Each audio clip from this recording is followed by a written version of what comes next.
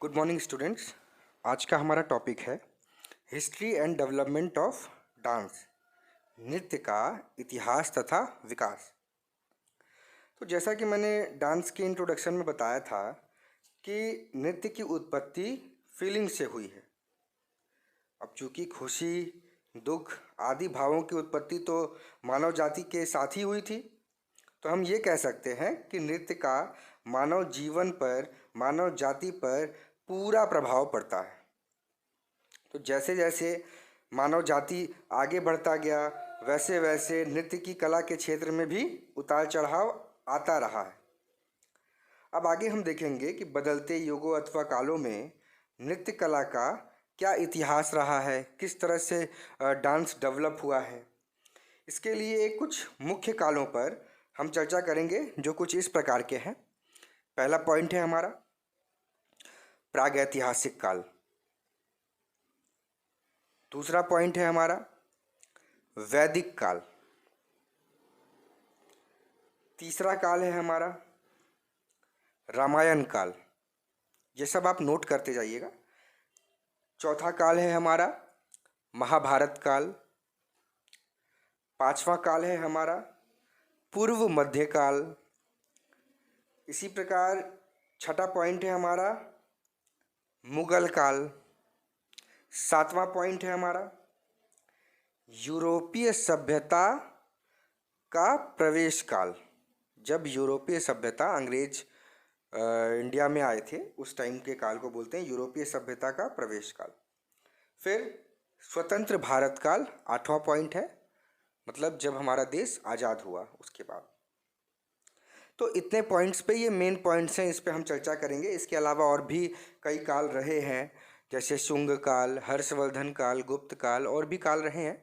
लेकिन यही मेन 8 काल है जिसमें डांस पे ज़्यादा प्रभाव पड़ा है या हमें देखने को मिलता है। तो अब हमारा पहला पॉइंट है प्रागैतिहासिक काल। तो हम देखेंगे प्रागैतिहासिक काल में किस तरह से डांस का विकास हुआ, किस तरह से डांस का इतिहास बना, इसके बारे में हम देखते हैं।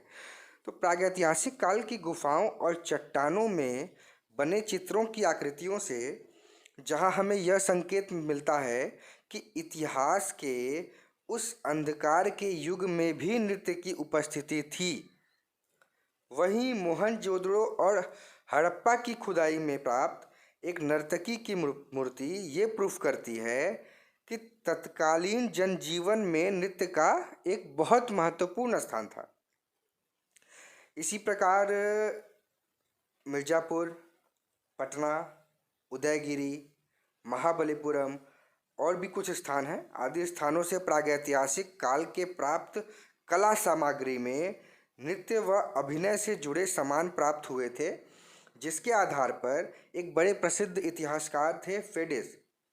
तो फेडिस महोदय ने लिखा है कि भारतीय लोगों को ईसा के 5-6 हजार साल पहले से ही संगीत व नृत्य का ज्ञान था।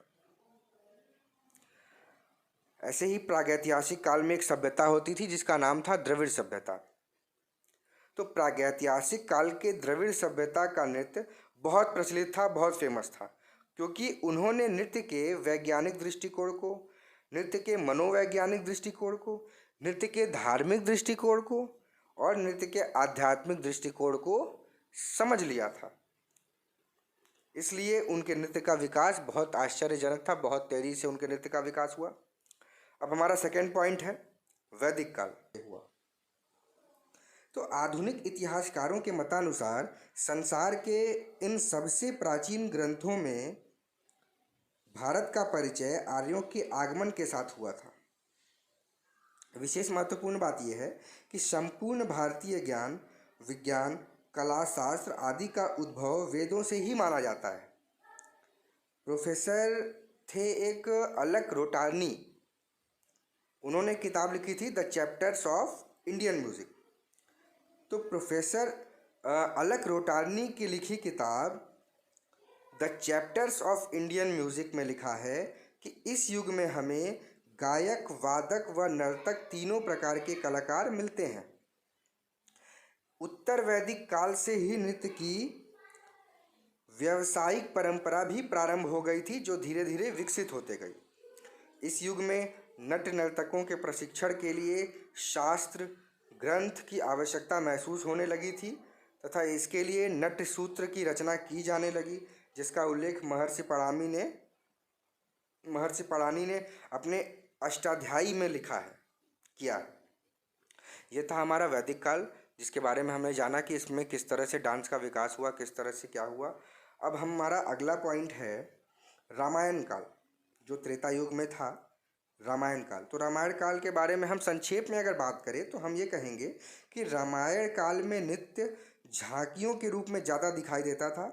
इस समय लोग भगवान की पूजा अर्चना तो करते ही थे, साथ में उसके साथ साथ झांकियाँ निकालकर समूह में नृत्य भी किया करते थे।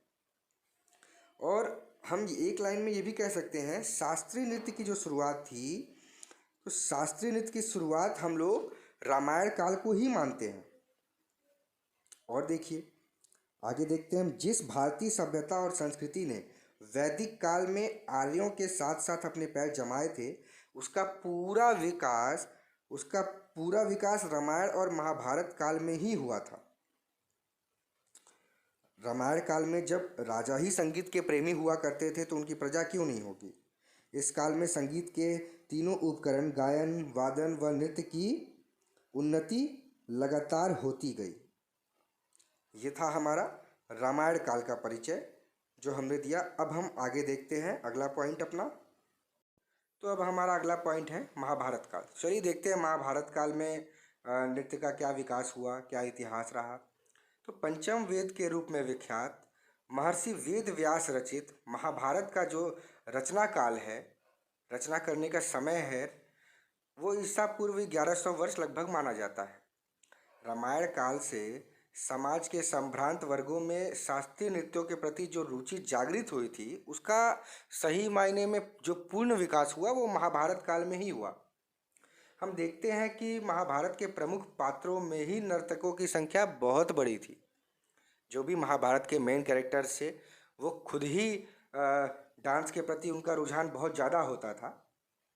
महाभारत के जो सूत्रधार थे श्री कृष्ण, भगवान श्री कृष्ण का तो नाम ही नटवर है।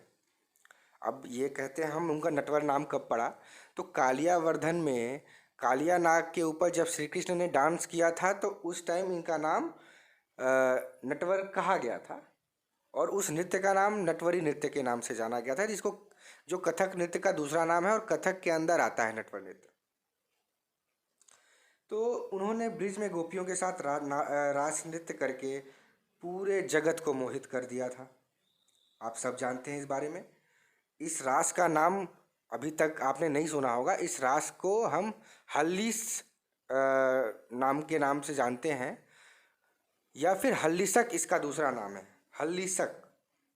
उसी जो रासलीला श्री कृष्ण ने किया था उसका नाम है हल्लीसक। इसको ध्यान से आप नोट कर लीजिए कहीं। और महाभारत में हरिवंश पर्व में इसका वर्णन छालिक्य के नाम से किया गया है, छालिक्य के नाम से किया गया है। इसी तरह श्री कृष्ण के प्रपौत्र थे अनिरुद्ध जी, जिनका वारासुर की बेटी जो थी उषा से विवाह हुआ था।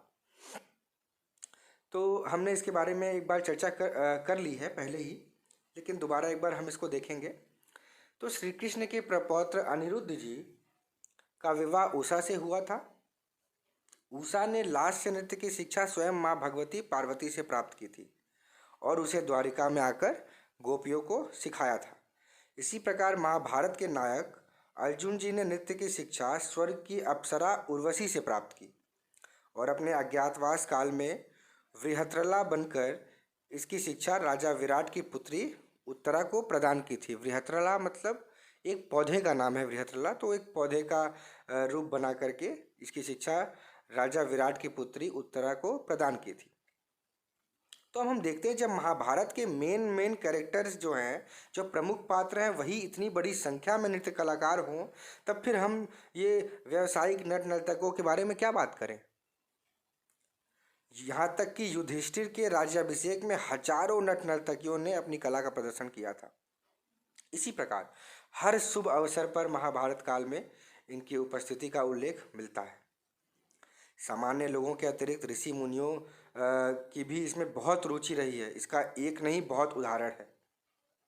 हरिवंश पर्व में कहा गया है कि वासुदेव कृष्ण के अश्वमेध यज्ञ के अवसर पर भद्र नामक नट द्वारा एक अद्भुत नाट्य दिखाए जाने पर वहाँ जो ऋषि मुनि उपस्थित थे वो इतने प्रसन्न हो गए कि उन्होंने उपहार स्वरूप, पुरस्कार स्वरूप उसे आकाश में विचरण करने की शक्ति और स्वेच्छा रूप धारण करने की शक्ति का वरदान दे दिया।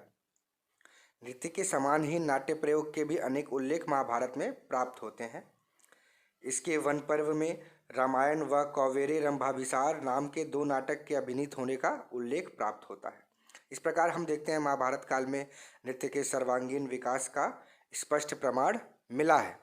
और हम ये भी देखते हैं कि बाकी काल की अपेक्षा, प्रागैतिहासिक काल, वैदिक काल, रामायण काल हमने देखा, इसकी अपेक्षा महाभारत काल में ज़्यादा पात्र हमें मिले हैं जो नृत्य का प्रचार प्रसार किए हैं। तो हम एक लाइन में ये बोल सकते हैं कि महाभारत काल का में नृत्य का विकास और इतिहास बहुत अच्छा और उल्लेखनीय रहा है। तो आज का टॉपिक हम यहीं एंड कर रहे हैं। इसके बाद स्टूडेंट्स, अगला जो हमारा 4 पॉइंट बच रहा है, पूर्व मध्यकाल, मुगल काल, यूरोपीय सभ्यता में प्रवेश का काल और स्वतंत्र भारत काल, इसके बारे में हम कल देखेंगे। मैं कल इस 4 पॉइंट के बारे में डिस्कस करूँगा। आज की वीडियो हम लोग यहीं समाप्त कर रहे हैं। और इसके साथ लास्ट में मेरा एक सवाल आप लोगों से, जैसे हर बार रहता है एक सवाल, तो वैसे ही आज भी मेरा एक सवाल है। अनिरुद्ध की पत्नी उषा ने लास्य नृत्य की शिक्षा किससे प्राप्त की? इसका जवाब आप कमेंट बॉक्स में दे सकते हैं। इसी के साथ आज का वीडियो हम लोग एंड करते हैं। बाकी जो भी पॉइंट आपके बचे हैं वो हम कल जानेंगे। और जो भी आपकी प्रॉब्लम होगी उसको आप कहीं नोट कर लीजिएगा, जिससे बाद में आप मुझसे पूछ सके। इसी के साथ ये वीडियो हम लोग एंड करते हैं। God bless you, thank you.